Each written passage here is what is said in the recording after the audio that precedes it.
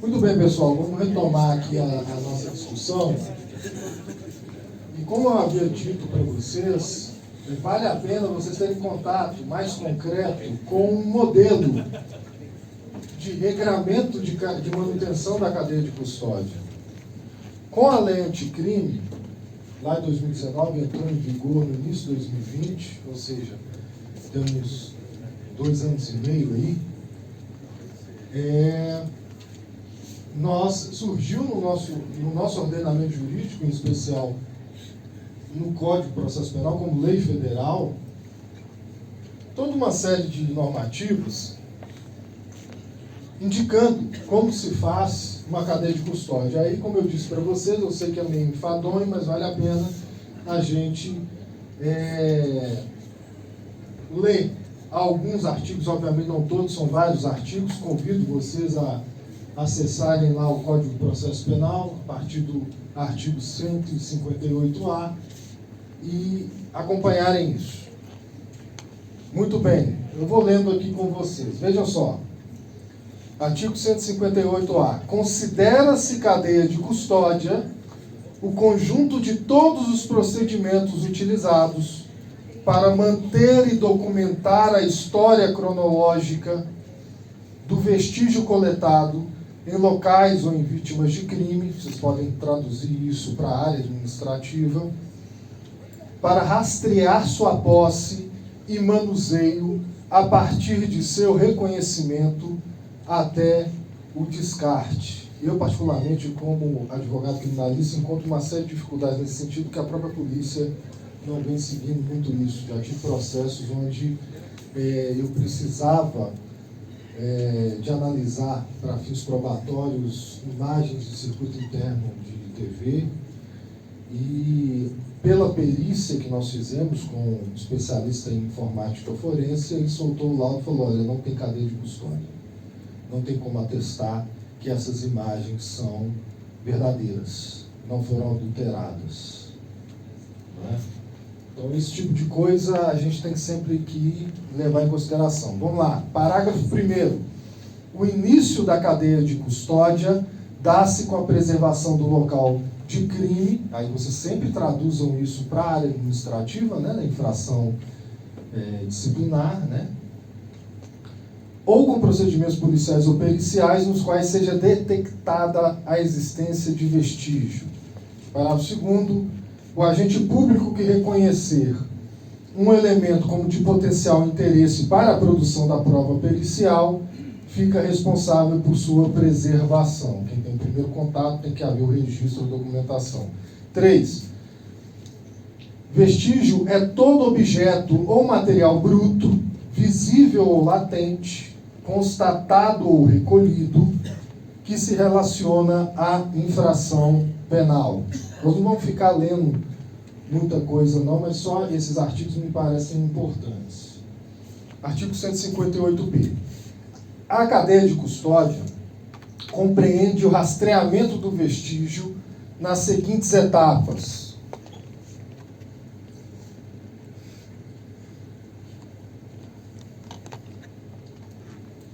1. Reconhecimento. Ato de distinguir um elemento como de potencial interesse para a produção da prova pericial. 2. Isolamento. Ato de evitar que se altere o estado das coisas, devendo isolar e preservar o ambiente imediato e relacionado aos vestígios do local do crime, sendo traduzido para a área administrativa sancionadora. 3. Fixação. Descrição detalhada do vestígio conforme se encontra no local de crime ou no corpo de delito, objeto, né, de análise, e a sua posição na área de exames, podendo ser ilustrada por fotografias, imagens ou croquis, sendo indispensável a sua descrição no laudo pericial produzido pelo perito responsável pelo atendimento. Eu vou dar um exemplo. Obviamente que isso, você tem que traduzir isso para a sua realidade. Mas você tem como fazer, produzir esses elementos de prova com cadeia de custódia mapeada, documentada, com ferramentas do seu computador. Eu já tive processo que eu utilizei Google Maps, 3D, produz laudo também, simples, não precisa ser algo complexo. Eu, assim, sozinho, certo? Contando com o apoio de alguns profissionais, alguns profissionais. 4. Coleta. Ato de recolher o vestígio, que será submetido à análise pericial, respeitando suas características e natureza. Voltando aqui nesse ponto 3, vocês podem utilizar, para fins de garantia, até gravação de vídeo.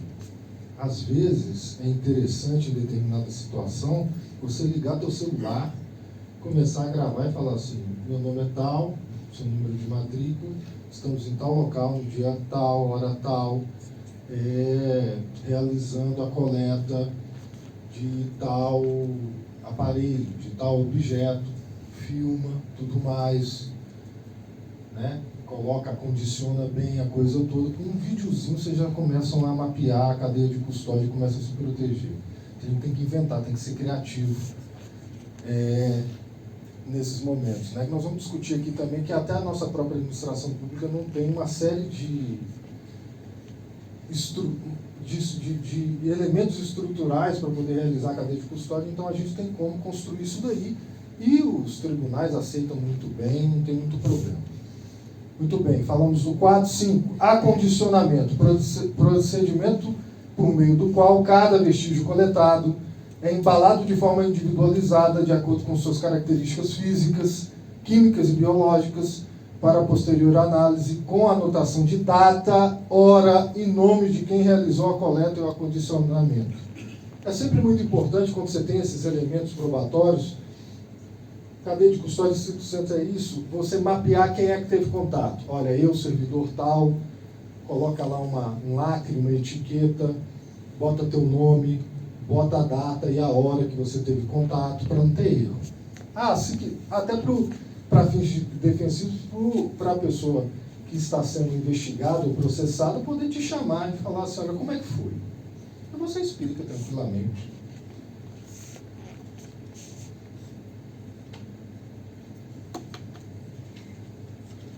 Transporte, inciso 6. Ato de transferir o vestígio de um local para o outro, utilizando as condições adequadas, embalagens, veículos, temperatura, entre outras, de modo a garantir a manutenção de suas características originais, bem como o controle de sua posse. 7. Recebimento. Ato formal de transferência da posse do vestígio, que deve ser documentado com, no mínimo, informações referentes ao número do procedimento e unidade de polícia judiciária relacionada, no caso o órgão público correcional, sempre traduzindo. Local de origem, nome de quem transportou o vestígio, código de rastreamento, natureza do exame, tipo de vestígio, protocolo, assinatura e identificação de quem o recebeu.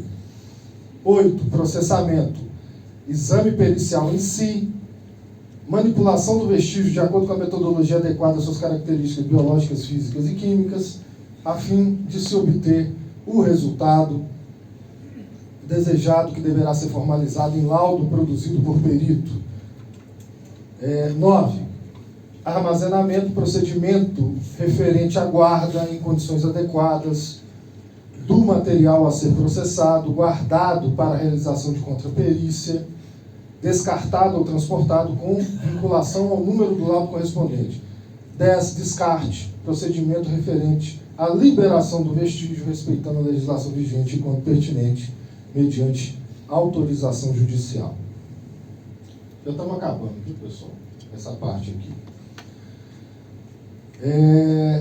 Artigo 158-D. O recipiente para acondicionamento do vestígio será determinado pela natureza do material. Parágrafo 1º. Todos os recipientes deverão ser selados com lacre, com numeração individualizada. Cada vez que você abre, para poder ter acesso, é importante botar um novo lacre, com um novo número, com um novo mapeamento, para poder documentar a coisa toda. Com numeração individualizada, de forma a garantir a inviolabilidade e a idoneidade do vestígio durante o transporte. 2. O recipiente deverá individualizar o vestígio, escrever o que está lá dentro, preservar suas características, impedir contaminação e vazamento, ter grau de resistência adequado e espaço para registro de informações sobre o seu conteúdo. Parágrafo 3º. O recipiente só será aberto pelo perito que vai proceder à análise motivadamente por pessoa autorizada. Pode ser um funcionário, um servidor, uma servidora do órgão correcional. 4. Após cada rompimento de lacre, deve-se fazer constar na ficha de acompanhamento do vestígio, normalmente se coloca dentro da embalagem. Na ficha de acompanhamento do vestígio, o nome e a matrícula do responsável, a data, o local, a finalidade, bem como as informações referentes ao novo lacre utilizado. Cada vez que você acessa esse elemento de prova, é importante botar um novo lacre, botar um nome, por que você abriu o lacre anterior, fechar novamente. 5. O lacre rompido deverá ser acondicionado no interior do novo recipiente. Você quebra o lacre e vai botar um novo, você pega o lacre anterior e bota dentro da embalagem, para ir mapeando a coisa toda. Entenderam? Vai mapeando tudo.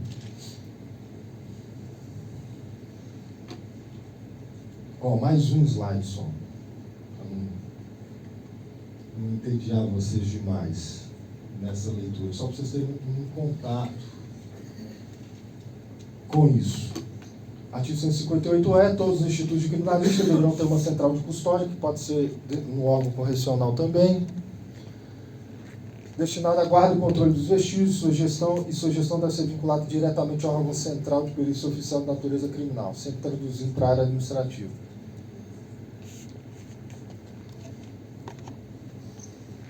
Primeiro, toda central de custódia deve possuir o serviço de protocolo, com local para conferência, recepção, devolução de materiais e documentos, possibilitando a seleção, a classificação e a distribuição de materiais, devendo ser um espaço seguro, e apresentar condições ambientais que não interfiram na característica do vestígio, bem acondicionar o elemento de prova. Para o segundo, na central de custódia, a entrada e saída do vestígio deverão ser protocoladas. Entrou e saiu da repartição pública, tem que controlar no protocolo, consignando-se informações sobre a ocorrência no inquérito, enfim, na investigação a que eles se relacionam, né? Mapear lá que aquele elemento diz respeito àquele procedimento. Para o terceiro, todas as pessoas que tiverem acesso ao vestígio armazenado deverão ser identificadas e deverão ser registradas a data e hora de acesso. Sempre, qualquer pessoa que tiver contato com esse elemento de prova tem que mapear. Bota o nome, bota a matrícula, bota a data e hora e bota a finalidade. Por que teve acesso? 4. Parágrafo 4º. Por ocasião da tramitação do vestígio armazenado, todas as ações deverão ser registradas, consignando-se a identificação do responsável pela tramitação, a destinação, a data e horário da ação. Artigo 158-F, após a realização do perícia, o material deverá ser devolvido à central de custódia, devendo nela permanecer. Isso é muito importante. É importante que o elemento utilizado na investigação ou no processo, no nosso caso administrativo, esteja armazenado, arquivado até para acesso da defesa. Certo? Não só para a comissão sindicante, comissão processante, mas também para a defesa do servidor da servidora. Dito isso, é só para vocês terem uma noção do que é mesmo em termos assim, regrado, uma manutenção de cadeia de custódia. Eu creio que isso daqui dá uma visãozinha interessante de como montar, até dentro da sua repartição, dentro da Controladoria Geral, da Corregedoria, um procedimento próprio até de manutenção de cadeia de custódia bem qualificado. Isso daqui isso daqui se orienta com as melhores práticas, inclusive internacionais. Dito isso, existem alguns pontos. Estava conversando, né, doutor Vanderlei, doutora Raquel, a gente estava conversando de alguns pontos que dizem respeito à cadeia de custódia, ao princípio da verdade real, que são colaterais, mas que incidem sobre isso. Não é? E vale a pena a gente discutir isso. A gente falou um pouco sobre a questão da interceptação telefônica, né, desses dados, normalmente tem muita coisa de celular. Eu queria trazer essa informação para vocês, que muita gente não sabe. Meus alunos e minhas alunas de direito não sabem. Muita gente não sabe. Nós temos a lei de interceptação telefônica, 9296, certo? E existem uma série de questões que dizem respeito à documentação de dados telefônicos, telemáticos, dados informáticos, ambientais, grampo ambiental, que você não tem como fazer se não houver uma ordem judicial, que é o que a gente chama de cláusula de reserva de jurisdição. Tem certas coisas que só com ordem de juiz você pode fazer. Então vejam, temos aqui basicamente 3 modalidades. Primeiro, a interceptação telefônica, também a interceptação de dados, né, informáticos, e a interceptação ambiental. O que é interceptação? Na interceptação, uma pessoa capta os dados que dizem respeito à comunicação de 2 ou mais pessoas que não estão sabendo que estão sendo interceptadas, certo? Coisa que a polícia faz muito. Entenderam isso?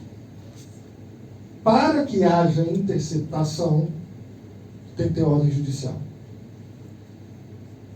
2 ou mais pessoas conversando ou se comunicando via e-mail, via WhatsApp, etc. Para isso, para que você possa utilizar isso num processo, numa investigação, você precisa de ordem judicial. 2 ou mais pessoas conversando, um terceiro, sem conhecimento de ninguém, está captando. Precisa de ordem judicial, senão é ilegal. Não dá para usar em investigação, não dá para usar em processo. Temos a captação telefônica de dados ambiental. Ambiental não é o grampo de ambiente, você bota o grampo aqui e começa a ouvir tudo que a gente está falando.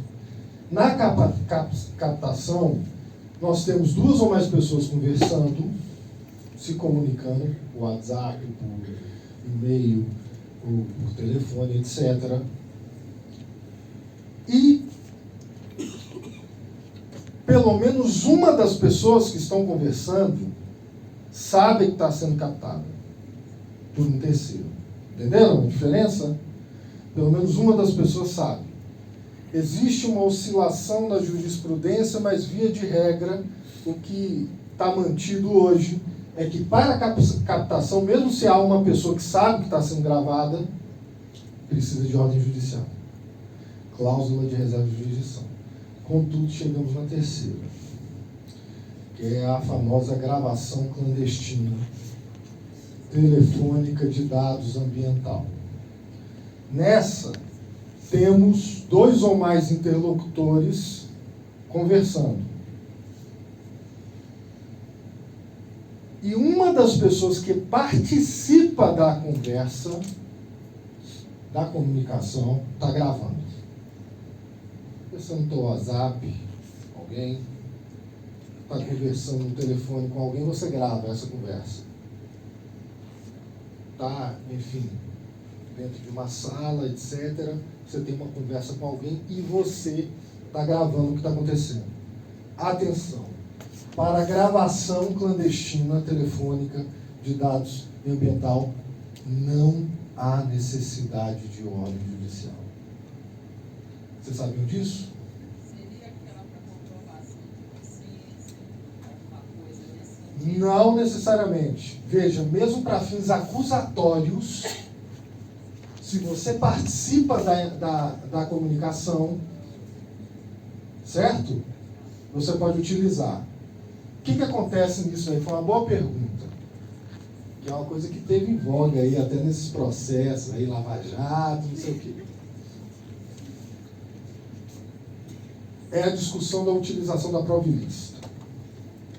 Já vamos jogar. Nós colocamos que tem uma vedação constitucional. Colocamos? Você pode utilizar a prova ilícita, fazer uma interceptação telefônica clandestina, sem ordem judicial? Via de regra, não. Mas existe uma exceção. Qual é a exceção? Se for para fins absolutórios. Aí se discute, seja numa ponderação de princípios, coloca-se que a liberdade do cidadão, os seus direitos fundamentais, são superiores do que o cumprimento das regras do processo. Mas também há uma outra discussão muito interessante, que vai falar que esse cidadão que faz esse tipo de coleta para fins absolutórios, de forma ilegal, ele está em estado de necessidade. Quem é do direito, lembra disso. Né? Tem um conceito analítico de crime, eu sou da área criminal, tem um fato típico, ilicitude e culpabilidade. Na ilicitude, você tem legítima defesa, a exclusão de ilicitude, né?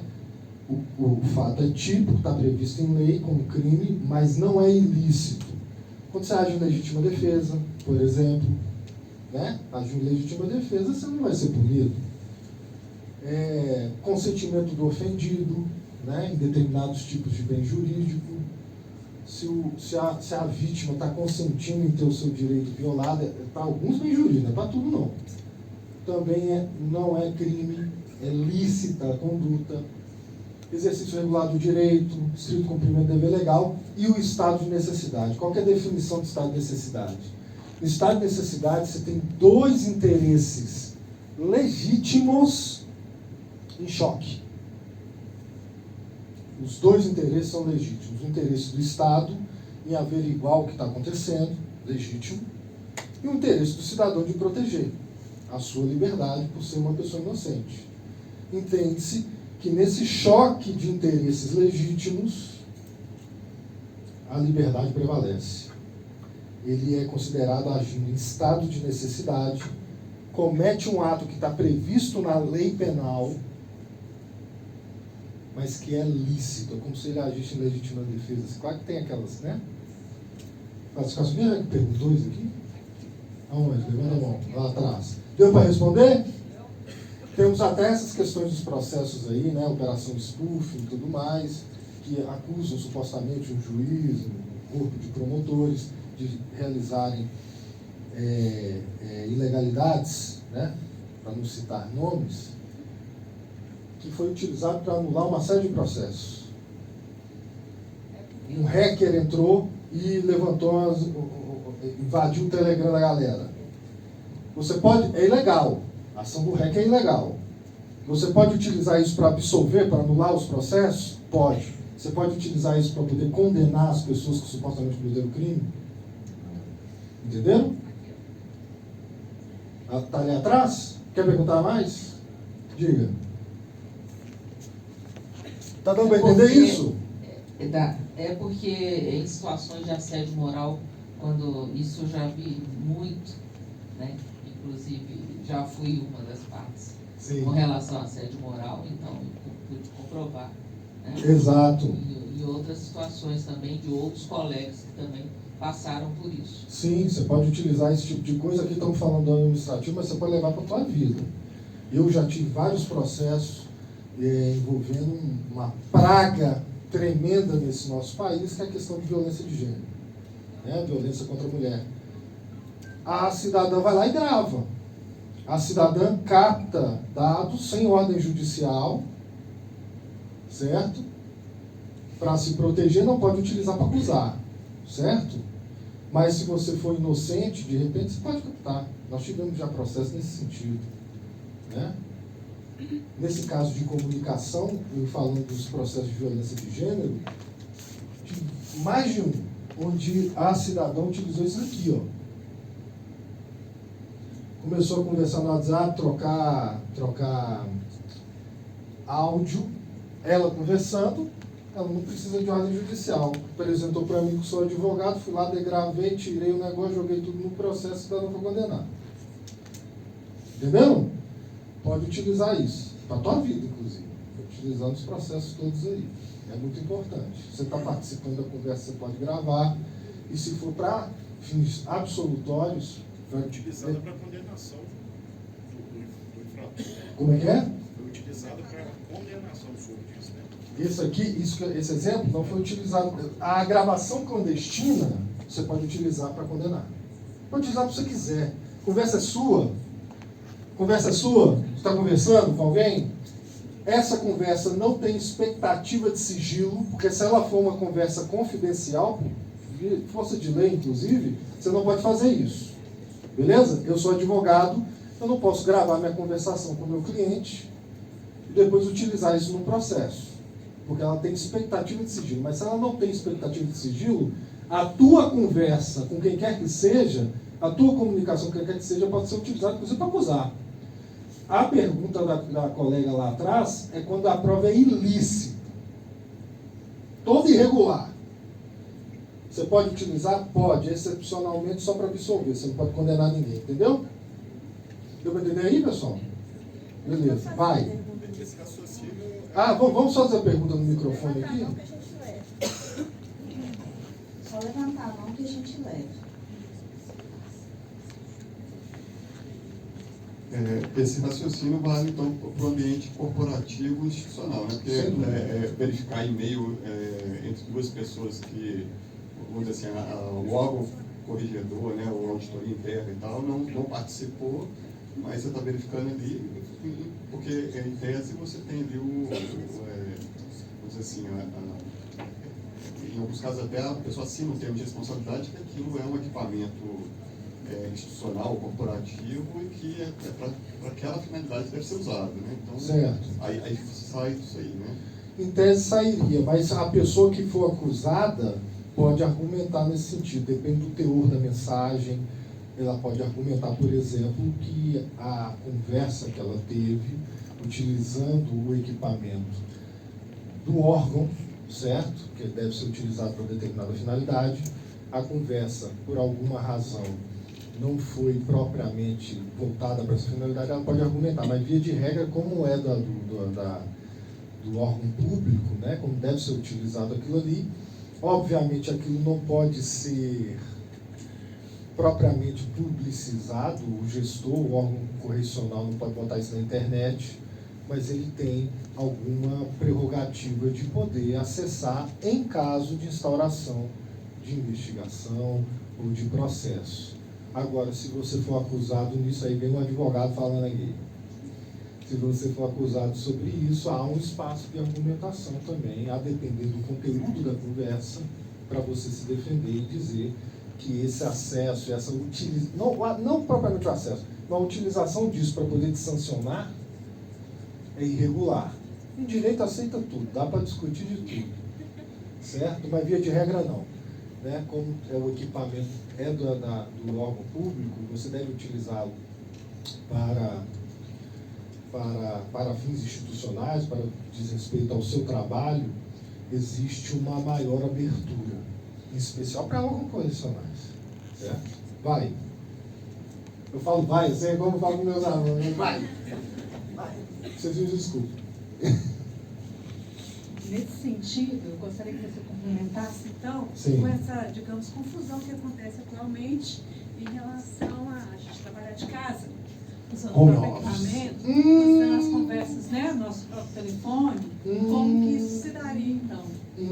Essa é uma boa pergunta. De alguma maneira já vem surgindo nos tribunais, eu não tenho como te dar uma resposta redonda, porque é algo novo. A gente está trabalhando agora com a pandemia, a gente ficou todo mundo em home office, etc.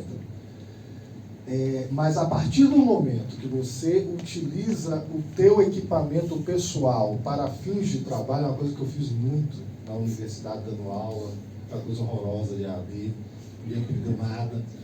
Mas assim, você já tem uma base muito maior para alegar o sigilo de uma série de conversas que porventura você possa ter. Porque veja, imagine que se instaure um processo administrativo, por qualquer outra razão, a própria comissão processante, ela tem possibilidade de fazer isso, de representar perante o Poder Judiciário para poder periciar teu computador. Existe uma série de limitações nesse sentido. É uma boa pergunta, não há uma resposta fechada hoje, mas essa nova realidade do home office, a gente utilizando nossos equipamentos pessoais, né? O meu computador eu utilizo para dar aula, mas tem um monte de bobagem aqui também. Né? A gente usa até de forma mais informal, né? A gente conversa por WhatsApp, a gente trabalha por WhatsApp, eu converso com a minha chefia por WhatsApp. E no WhatsApp eu converso com meus amigos também, mando bobeira para os outros. É complicado, é uma coisa nova, mas, na minha visão, deve prevalecer as liberdades individuais frente ao poder do Estado. Para o acesso a esse equipamento, tem que haver uma justificação mais forte do que acessar, né, os equipamentos da repartição pública. Tem que haver uma justificação e, na minha avaliação também, deve haver ordem judicial, para tanto, fundamentada, certo?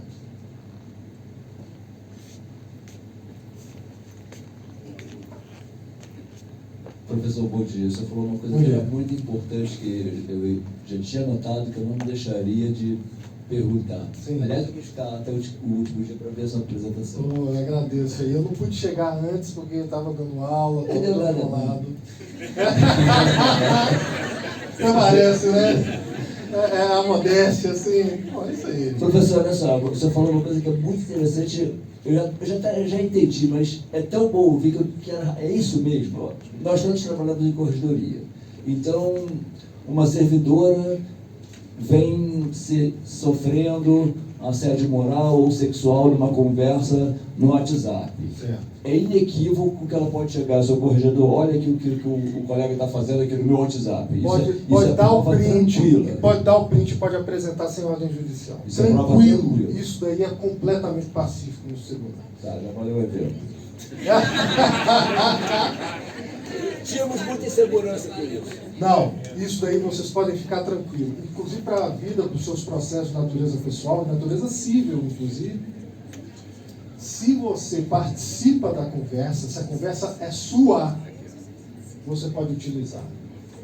Você não precisa de ordem judicial e a prova é lícita. Não é como a colega havia perguntado, que a utilização excepcional de prova ilícita. Ela é lícita. Não há, hoje, algum tempo atrás, sei lá, mais de década, houve uma discussão nesse sentido, mas hoje não, isso é pacífico. E a maioria das pessoas não sabem disso. Eu fiz a pergunta condicionada para duas materialidades que hoje nos tocam muito, que são os assédios, moral e sexual.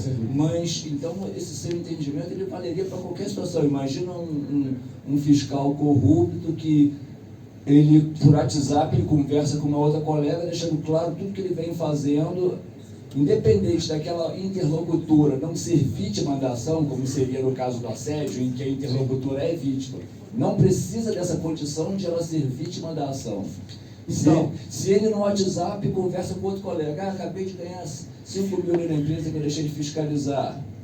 Ele conversa com outro colega, esse colega não tem nada a ver com a conduta funcional daquele sujeito, que no WhatsApp está dizendo que deixou de fiscalizar porque ganhou uma vantagem financeira. Sim. Esse entendimento de que o interlocutor pode apresentar o WhatsApp independe da condição de esse interlocutor ser uma potencial vítima da conduta. Vítima da questão, não necessariamente. Pode estar conversando, estar numa determinada conversa e surgir ali algum elemento de natureza criminal. A gente pode até discutir isso. Eu não sei se você chegou a discutir a questão das teorias de afastamento de ilicitude de prova. A gente pode discutir isso daqui um pouquinho. Está no último slide. Até trouxe até para poder perguntar se já tinha conversado. Mas é isso mesmo. Independentemente, não há hoje nos tribunais uma jurisprudência que derrube esse tipo de coisa. Eu atuo na acusação também bastante, mas eu também atuo na defesa. Obviamente, na minha cabeça vem uma série de teses em cima disso, para poder, mas via de regra não. Pode ter algum questionamento a respeito da origem dessa prova da custódia, se é fidedigna? Então, aí o que acontece? Sem dúvida, sem dúvida.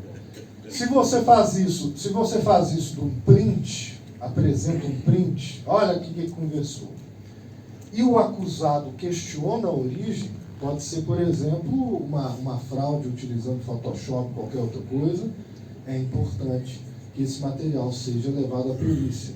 A perícia específica, no que diz respeito às imagens, a menos que seja algo bastante sofisticado, ela pega muito tranquilamente, até com espectrometria de grau de luminosidade e tudo mais, consegue pegar. Eu trabalhei em vários processos onde tive esse tipo de perícia, mas é muito importante isso. Não basta, obviamente, que se chegou com print e o acusado não nega a veracidade dele, aí vai correndo, certo? Agora, aí pode argumentar qualquer outra coisa. Agora, a partir do momento que ele fala que aquilo é falso, é muito importante ser apresentado. Apresentou print, apresentou impresso, olha, nós vamos precisar ter acesso ao celular e fazer uma perícia para poder avaliar os arquivos. De repente você deu um print screen e mandou por e-mail, eu preciso ter acesso a esses arquivos para poder saber se há algum tipo de adulteração, entende? Oi. Vai. Ontem o colega trouxe um exemplo, eu não sei se ele está aqui hoje, era atividade remunerada durante a licença médica, que é um ilícito que a gente tem Sim. na 869. Então, a pessoa é médica, né? E ela tirou licença e estava atuando numa casa de show, que tem no Instagram da casa de show e tem no Instagram dele também. A gente poderia utilizar esse print do Instagram? Isso é uma pergunta interessante, porque nós temos o Instagram, as redes sociais, né? Por isso não tem rede social nenhuma.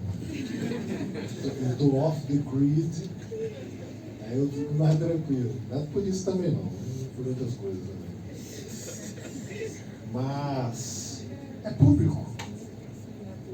Está na rede. Não é algo que, como uma comunicação particular, que tem uma expectativa de privacidade, que diz respeito às inviolabilidades previstas no artigo 5º da Constituição. Se o cidadão bota isso na rede, está lá, você pode utilizar tranquilamente. É sempre muito bom ter na cabeça a questão da custódia, da cadeia de custódia. Então, em vez de você dar simplesmente um print, é interessante fazer uma impressão em HTML, aquelas coisas para poder gerar arquivo, né? Uma coisa. Aí você tem que construir essa mentalidade de preservação da cadeia de custódia. É interessante no caso desse, porque ele pode tirar do ar. É o que eu falei para vocês podem gravar um vídeo acessando a coisa e mostrando, chamar duas testemunhas da própria repartição para estarem presentes e verificarem, para poder dar mais sustentação. Sempre bom duas testemunhas, porque no nosso direito a gente sempre tem isso, para fim de validação de elementos probatórios, chamar não uma, mas duas pelo menos. Certo? Dá para utilizar. Acabou que bota no negócio na rede da casa de show, aí é complicado. Aí... O Instagram tem a questão do perfil fechado. Exato. Mas nesse caso, pelo exemplo colocado, não é um perfil fechado. Se o perfil é fechado, para você poder ter acesso, você precisa de ordem judicial. Mesmo porque sem ordem judicial, só com hackeamento. Aí é ilegalidade completa. Professor, Oi. Diante do que foi apresentado pela colega Raquel, nós tivemos um caso prático, recentemente, lá na corregedoria, no CAD, que um servidor, ele estava em afastamento médico em um longo período. Eu recordo até o período 2017, em alguns meses, e 2018 durante todo o ano. E esse mesmo servidor, ele utilizava redes sociais para uma empresa de cosmético. Ele laborava nessa empresa de cosmético durante anos. E o cara só postava foto, Cancún,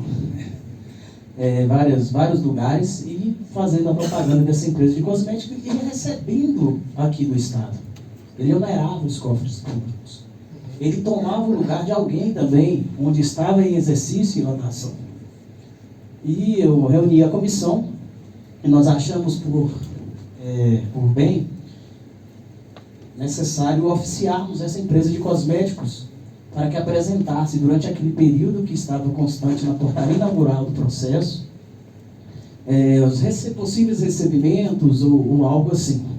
Oficiamos também a Fazenda, tudo que estava constando no seu CPF, e recebemos as respostas, tanto da empresa de cosmético, realmente constando vários valores altíssimos. Ele de licença aqui no Estado, e recebendo e laborando nessa empresa. Na oitiva, e isso, gente, está muito em evidência. Nós temos em vários órgãos públicos pessoas que estão impetrando atestado aqui e estão utilizando Uber, estão sendo Uber lá fora. Está muito em evidência. Nós temos vários processos nesse viés. E quando nós chamamos esse servidor, e a 869, artigo 169, combinado com o artigo 256, ele deixa bem claro o artigo 256. Qualquer servidor é passivo da penalidade de demissão. Deverá ser demitido servidor que encontre-se em afastamento médico e exercendo atividade remunerada. É muito clara a lei. E quando nós recebemos esses ofícios e chamamos o servidor para o interrogatório final, o servidor, ele Ele alegou que era a esposa que recebia, a ex-esposa que recebia, que ele já tinha se afastado daquele labor da empresa de cosmético, e nós solicitamos o quê? O certidão de casamento, certidão de divórcio, como era ex, né? Ou então talvez união estável. E também algo que ela recebia no CPF dela, seja ele recebesse ou repassasse através de um Pix ou algo assim, não apresentou. Nós oportunizamos isso no servidor e nós demitimos ele. Ele encontra-se demitido. Então, é um assunto que está muito em evidência. Rede social, provas utilizadas através de redes sociais, Facebook, Instagram e outros mais. Eu acredito que vários colegas irão lidar com isso no dia a dia, porque, infelizmente, pessoal, as pessoas acreditam que vai ficar impune, vai passar batido. Receber aqui do Estado, muitos estão fazendo o Estado como bico e estão trabalhando lá fora. E quando nós tomamos posse no Estado, nós assinamos um termo de exercício de posse bico. Né? Só para exemplificar isso aí. Sim, isso daí é uma coisa que a gente tem que levar em consideração, porque existem muitos desses desvios, né? Inclusive, quando você vai analisar os acordos de TCU, tem muita coisa nesse sentido, de condenação e tal. TCU e TCE também. Existe uma previsão na Lei 869, né? Que também tem no Estatuto do Servidor Federal, que o servidor não pode exercer atividade remunerada, exercer atividade de empresa, salvo se ele for cotista, comanditário ou acionista. Você pode ser investidor, mas você não pode trabalhar, você não pode laborar em cima disso. Mas acontece muito dessas coisas, né?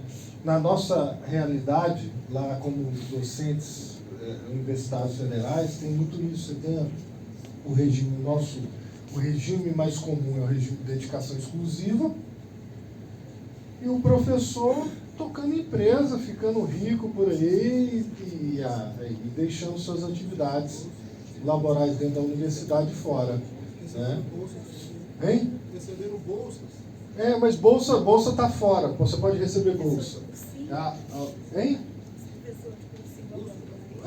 Professor de cursinho, tem essas coisas. Mas tem que quebrar o regime. O pessoal, como eu dei o exemplo aqui, que tentaram abrir um processo administrativo contra mim, argumentando isso, que eu era advogado, professor de prática real, lá da garotada, e falando que eu estava ganhando. Só que aí eu comprovei, apresentei a coisa toda aqui. Ou os processos já haviam terminado antes de eu tomar posse, ou quando eu tomei posse, passei para outro advogado, porque eu não podia. Aí o que eu fiz? Depois de alguns anos de exercício, eu mudei meu regime de trabalho, de dedicação exclusiva 40 horas, para 40 horas sem dedicação exclusiva. Hoje eu tenho meu escritório, eu posso advogar, né? Aí não tem problema. Por quê? Por causa do regime específico da docência, né? Que você pode realizar algumas coisas. Mas, via de regra, é uma infração que acontece em massa, em todas as esferas de governo. Isso que você bem falou, de bico, né? Coloca o Estado como bico e o cidadão vai trabalhar em alguma outra coisa. Bom, não dá.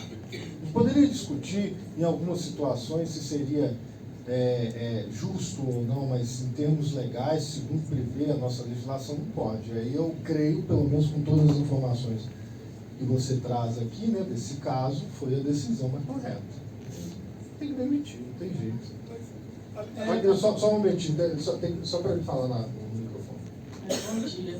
Pessoal, no caso dos prints e áudios, qual que é a orientação para ter, quando a gente receber esse print, esse áudio, né, para fundamentar um juízo de admissibilidade, para análise? O que ele tem que ter? Tem que ter data, tem que ter o número do telefone, porque às vezes tem casos que tem só aquele print, tem uma foto. O que é recomendável se ter para a gente ter mais qualidade de credibilidade daquela informação que está sendo colocada? É importante que se tenha o máximo de informações, né? O print é muito pouco, mas é importante. Aqui temos uma pergunta aqui na frente aqui também. Sim. O máximo de informações possível, não é uma fórmula adequada para isso, né? Porque o central para fins de garantir a autenticidade e a integridade desse elemento seria receber o número do telefone e solicitar o servidor a entregar o seu telefone para fins de perícia, uma coisa que muitas vezes não vai acontecer, né? Ou conseguir uma ordem judicial nesse sentido. A falta disso, certo? Porque aí o que acontece? Apresentou o print, às vezes a pessoa está participando da conversa, ela pode apresentar, ela dá o celular dela para a perícia. Entende? Imagina uma conversa de WhatsApp, uma conversa de e-mail. Se a pessoa participa, se ela está utilizando isso daqui para poder fazer o elemento comprobatório, certo? Para poder indicar que há um ilícito ocorrendo, ela pode entregar o celular dela para fazer perícia. Através do celular dela você consegue atestar a autenticidade e integridade do elemento de prova. Mas não tem propriamente uma forma. O importante é ter o máximo de informações possível. O máximo. Número de telefones são o mínimo. O mínimo do mínimo. Mas para ter mais qualidade é o máximo de informações. O ideal, nós vamos falar um pouco mais à frente, se houver tempo, é realizar a perícia, né? Existem alguns órgãos de Estado, hein? Não, vamos esticar, o pessoal está interessado. Vamos, com certeza. Não, vamos continuando aqui com... Pode continuar. Sim. Existem alguns hardware, software específico para fins de análise desses elementos, que a nossa Polícia Civil aqui tem, etc., e que dá com todo o âmbito de legalidade, às vezes, pensar a cadeia de custódia, não pensando na cadeia de custódia, também pensar cooperações, parcerias, né? Certas possibilidades tecnológicas, talvez a Controladoria Geral do Estado não tenha hoje, mas existem outros órgãos de Estado, a Polícia Civil de Minas Gerais, por exemplo, tem o Celebrite, nós vamos falar, pode pedir a utilização do Celebrite para poder fazer uma investigação de natureza administrativa. Que aí o Celebrite, amigo, no seu celular, eu vou falar. Não, a minha dúvida é sobre quando você falou de ser cotista de empresa que não pode trabalhar, salvo caso de dedicação exclusiva, que aí não pode mesmo, mas não seria uma vedação somente para sócio administrador? Não, você pode ser cotista, você pode ser acionista. Então você poderia trabalhar desde que você não seja sócio administrador. A vedação é para sócio administrador, não é? Eu estou equivocado? Eu acho que a vedação é só para sócio administrador. Se o cara quiser trabalhar como caixa da empresa dele, ele poderia. Uma padaria, ele tem uma padaria. Depende do regime Ele é esposo que é a padaria, a esposa é administrador. Ele trabalha de meio-dia 6, de meio-dia à noite ele é caixa. Exato, mas... Eu acho que a vedação é só para administrador, não é para todos. Não, para sócio administrador mesmo. Só que existe uma certa zona gris, uma zona cinzenta, que muitas vezes pode ser utilizada para fins de apresentação de denúncia, porque se é uma empresa familiar, por exemplo, né, um casal que toca uma padaria, ele fica no caixa e tudo mais, ele não participa de nenhum tipo de administração, às vezes pode surgir uma denúncia via auditoria, perante a corregedoria. É um risco que ele assume. Mas é isso, é um sócio administrador mesmo. Ele não pode administrar a empresa. Ele pode auxiliar de alguma maneira? Sim, na minha avaliação, mas depende. No nosso regime lá, por exemplo, universitário, você tem a dedicação exclusiva. Não pode de jeito nenhum. Não pode nada. Mas se não for dedicação exclusiva, o cara trabalha de meio-dia a 6. Você poderia ter um emprego à noite, vigilante? Sim. Não dá acumulação de cargo, porque emprego não é cargo, né? Não, tem que avaliar o regime jurídico específico do cargo, né? Do Estado, da esfera federativa do cargo. Com certeza, uma boa.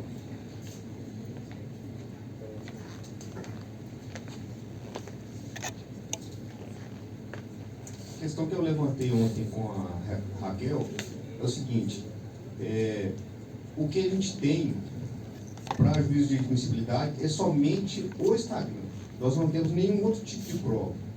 Para a instauração do PAD, somente esses prints do Instagram são válidos. Não está um pouco raso para instaurar o PAD? O que mais que a gente precisa?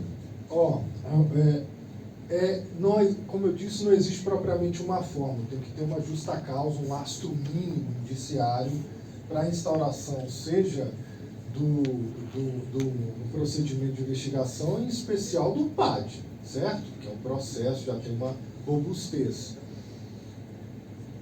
Na minha avaliação, a instauração de um PAD com base simplesmente num print de WhatsApp, de Instagram, talvez não seja o mais adequado.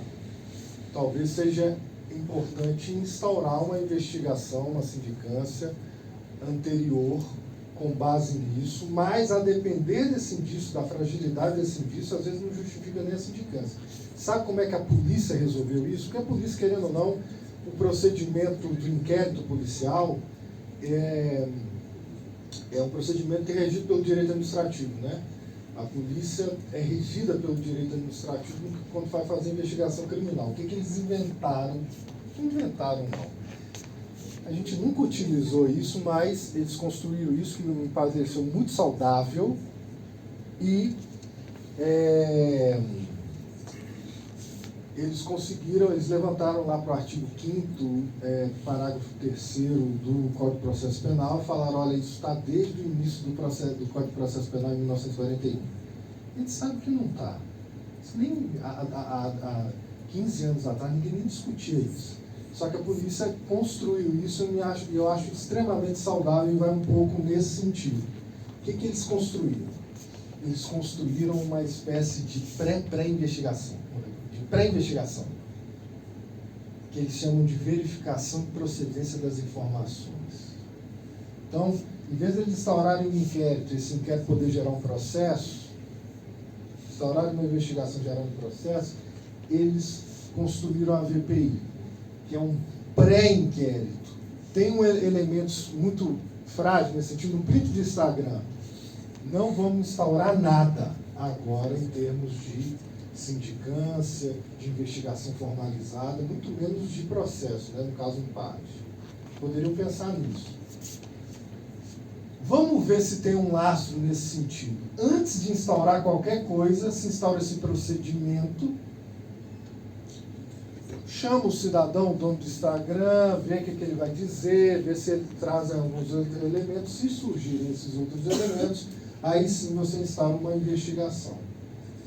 É um filtro a mais que foi construído pela polícia. Então, muitas coisas que chegam como denúncia, com print, com uma informação apenas, né? Lá, uma mensagem de e-mail, eles não instauram investigação nenhuma. Fernando, aqui a gente utiliza a análise preliminar, que já faz essa verificação mais documental. A gente utiliza a investigação preliminar, que é menos formal que a sindicância, administrativa investigatória. Se precisar, vai para uma sindicância e para o PAD se tiver elementos. Então, eu acho que já cumpre isso daí, já está. Vocês já estão encaminhando essas coisas de forma adequada. Por exemplo, na nossa universidade, na questão universitária federal, não tem essas coisas não, deveriam ter. O pessoal já abre uma sindicância no mínimo com qualquer denúncia anônima que surja. Faz uma verificação muito simples, mas não faz esse juízo, esse elemento. Você já tem, então, as melhores práticas, sabe? Eu não sei se eu entendi bem, né? Esclareça, por favor, sobre a questão da prova de custódia. Da cadeia de custódia. Cadeia de custódia, desculpa. Da importância dela em relação às mídias sociais. Né?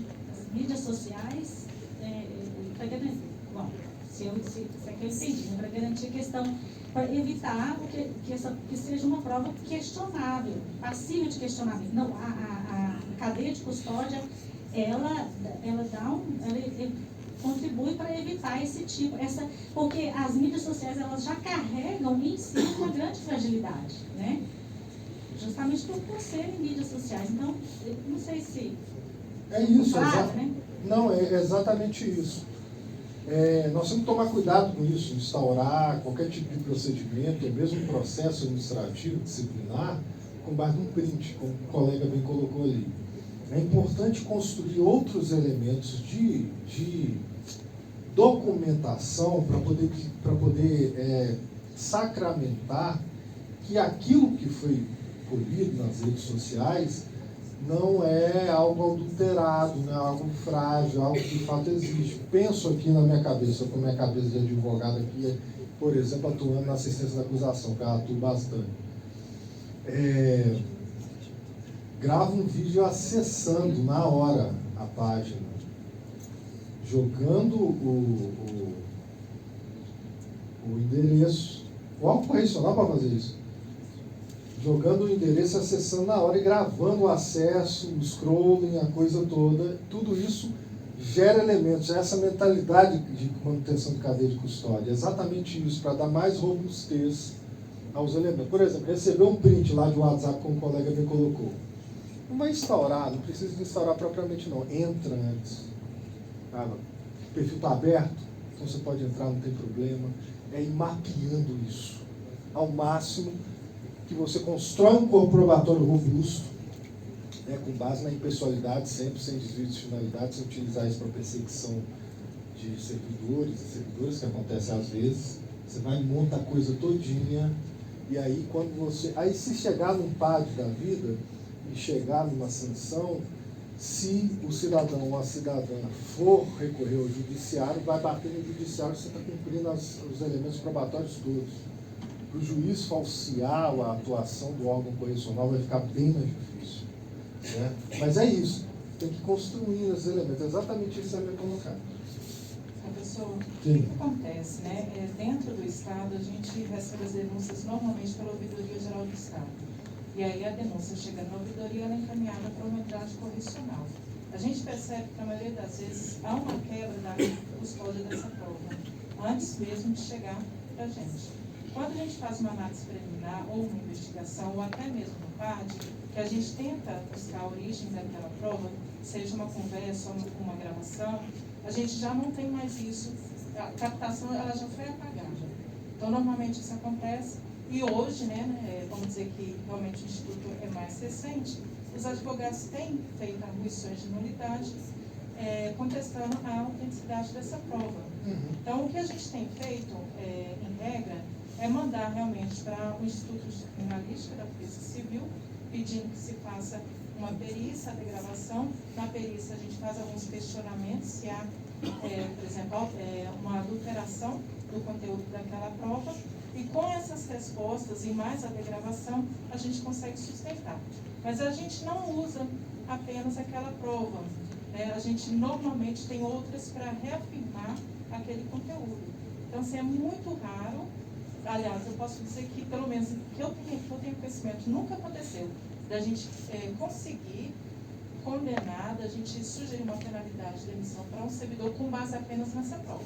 A gente tem várias outras para reafirmar o conteúdo daquela prova. E aí é que está, né? Quando a gente recebe a prova, que a gente já percebe que não há mais a prova na origem, a gente faz normalmente uma certidão falando a data, o horário, quem entregou, qual o conteúdo. Por exemplo, se está no DVD, a gente printa o conteúdo do DVD e cola ali o DVD dentro. Isso é cadeia de custódia. Isso é cadeia de custódia. Só que ela começou aqui, né? Ela não começou lá na origem. Normalmente a gente faz isso. Mas aí o que eu estou observando, talvez? Que a ouvidoria, quando ela tem lá sua página de denúncia, ela faz muitas orientações para o denunciante de quais informações são relevantes para a apuração.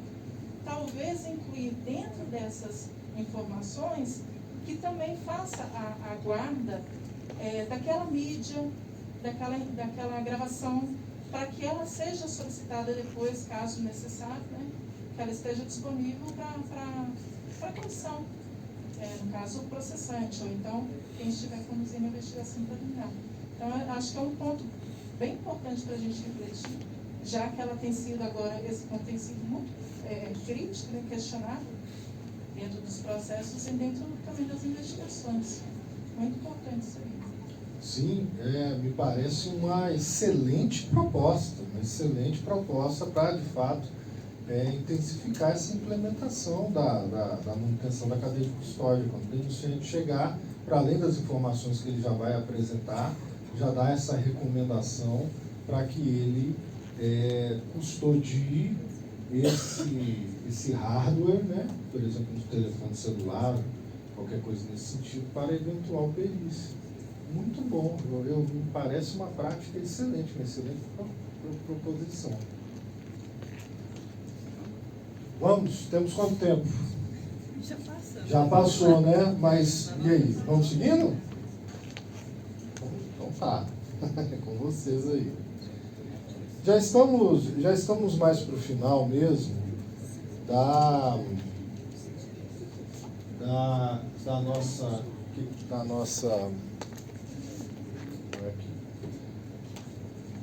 exposição. São alguns pontos importantes para fins de fechamento. Aqui, só apresentando um pouco alguns elementos no que diz respeito à prova digital, certo? As informações digitais. É sempre muito importante. Isso é uma coisa que tem que ser um acúmulo institucional em termos de dá para fazer transferência de práticas, né, tecnologia. Sempre que se for fazer uma perícia em um aparelho eletrônico com memória, é importante executar essa função hash, esse algoritmo hash, que ele faz, inclusive com os erros do HD, ele faz uma cópia exata, certo? Para fins de perícia, né? Faz uma cópia exata, inclusive com os erros. A Polícia Federal faz muito isso quando vai fazer uma busca e apreensão, tem lá o computador, e ela já chega com o equipamento dela e já começa a clonar o equipamento. Tem que executar a hash aqui, tem muitas perícias, agora já está mais tranquilo. Perícias de natureza eletrônica em provas digitais, onde não se faz o hash, tem que fazer, né? Trouxe aqui também a questão do data carving, né? Data carving, que é uma possibilidade, é uma técnica também de vasculhamento de dados apagados em determinado aparelho, utilizando, enfim, as assinaturas de arquivo mais comuns, né? Isso é uma coisa mais específica da informática forense. E executando a função hash, quando você for fazer essa perícia, ou mesmo, até com datacar, mas em especial o hash, você faz essa cópia por espelhamento. Eu não sei se eu imagino, é uma coisa, tem muita gente que não sabe disso. Você nunca vai fazer uma perícia no aparelho celular ou no computador. Você executa o hash, faz uma cópia por espelhamento, isso é cadeia de custódia. Pega o aparelho original, guarda, armazena. Você vai fazer a sua perícia na cópia espelhada. Entenderam isso? Porque aí, se der algum problema, alguém contestar e qualquer outra coisa, você tem lá o grupo controle. Você tem ali o original para poder bater, para poder ver se de fato houve ou não. Entenderam isso? Você faz na cópia, a perícia toda. E aí eu coloquei o Cellebrite. O Cellebrite é um hardware e um software de origem israelense, todas as polícias utilizam hoje, e é o que há de melhor, de ponta, na perícia de celulares. Mesmo com apagamento, você pode fazer inclusive por camadas, o Cellebrite pega. Eu tive um processo onde eu estava na assistência da acusação junto com a família da vítima criminal, né? E um dos elementos que foram encontrados foi o celular do cidadão, né? No caso de latrocínio.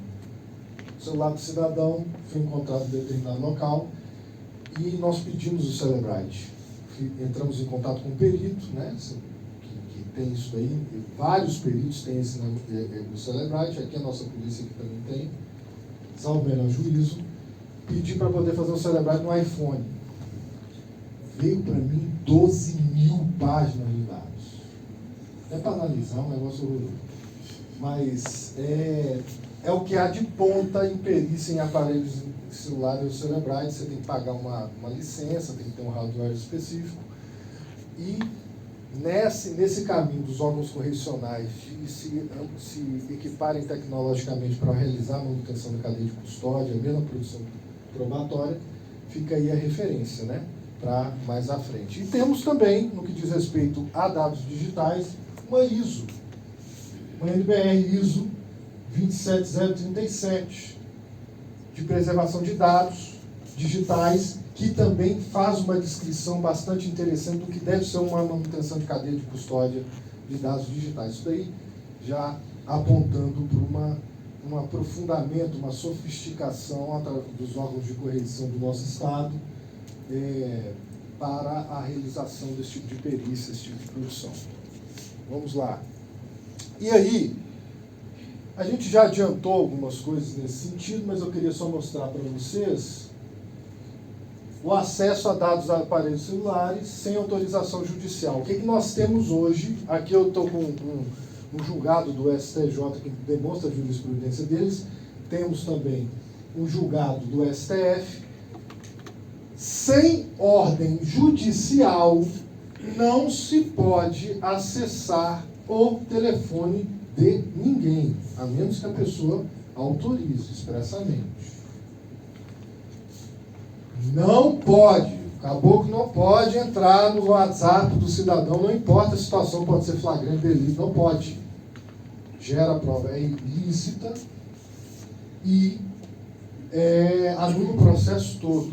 Então, para poder acessar as informações de WhatsApp, tem que ser uma das pessoas que participam da conversa, ou o acusado, investigado, investigada, franqueando o acesso expressamente. Perfeito? Salvo isso, tem que pedir para o juiz. Aí o juiz, se der uma ordem de interceptação, de busca de apreensão, etc., você consegue fazer. Contudo, existe uma exceção, certo? Estou até vendo ali profissionais de segurança pública aqui, né, acompanhando a nossa exposição. Temos uma exceção, que é quando o celular é apreendido com preso. Aí o pessoal de órgãos de correição, do sistema de administração penitenciária, etc., preso assim, custodiado, né? Não questão da prisão em flagrante, o preso que está cumprindo pena, ou o preso que está em prisão em flagrante. Temos os órgãos de correição, né, do sistema de administração penitenciária. Se o celular é apreendido com o reeducando, com a pessoa que está encarcerada, aí não precisa de ordem judicial. Essa jurisprudência vem sendo construída, é muito nova, mas está bastante, não está havendo muito ruído com relação a isso, porque o fato de haver um celular dentro de um estabelecimento prisional é em si crime. E existe todo um regramento, né, da tutela. Nós temos já consolidado há anos e décadas a possibilidade da administração prisional acessar a correspondência dos presos, né, para poder evitar a questão dos crimes de dentro do presídio. E o celular também, quando é apreendido dentro da cela, dentro do estabelecimento prisional, há a possibilidade de acesso ao WhatsApp, acesso a tudo, sem ordem judicial. Isso não está propriamente consolidado, mas está se consolidando de forma bastante tranquila, certo? Estamos chegando ao fim. E aí eu queria colocar para vocês também algumas outras referências. Opa, só um momentinho.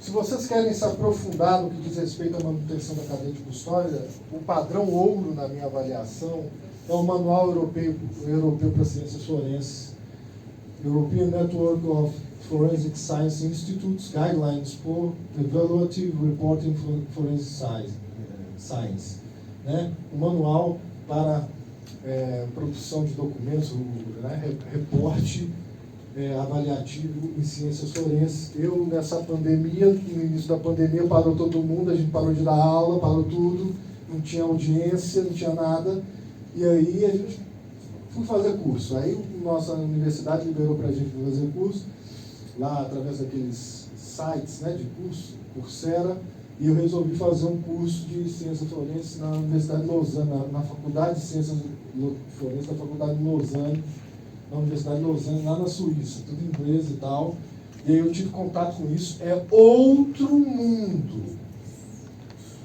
Perto que nós temos, inclusive das instituições de segurança pública, Polícia Civil, Polícia Federal, o padrão que eles têm de análise de vestígios, vocês têm um gostinho disso de alguma maneira, assistindo o CSI da vida, uma coisa assim, que também tem um padrão interessante, né, lá nos Estados Unidos, mas na Europa, esse manual que vocês encontram na internet, em inglês, creio, acho que não tem em espanhol, talvez tenha em francês, mas em inglês vocês encontram. Tem, caso vocês queiram aprofundar para fins de implementação, se alguém dentro do órgão correcional foi destacado para poder fazer isso, esse manual aqui é, na minha avaliação, padrão ouro. Um outro elemento importante, compartilhamento de interceptação telefônica já existe a consolidação da jurisprudência que uma interceptação telefônica num processo criminal pode ser compartilhada para o PAD, só para o PAD. É possível, para o mesmo fato, né, obviamente, né, compartilhamento de provas tem uma série de regras, tem que ser as mesmas partes, tem que garantir contraditório por defesa, etc. Mas, mesmo sendo produzido num processo de natureza criminal, o órgão correcional pode pedir essa prova emprestada para trazer para o PAD. Para outro tipo de processo administrativo, não. Mas processo administrativo civil não é possível. Né? E aí nós colocamos aqui, nós estamos com pouco tempo, né? Mas eu não sei se eu entro nisso, nas regras de afastamento de ilícito da prova, teoria da arma envenenada, esse tipo de coisa. Hein? Você já falou ontem, né? Não, não, mas outra, se isso já foi tratado, eu acho que a gente pode dar uma pincelada. Dar uma pincelada? Então tá bom.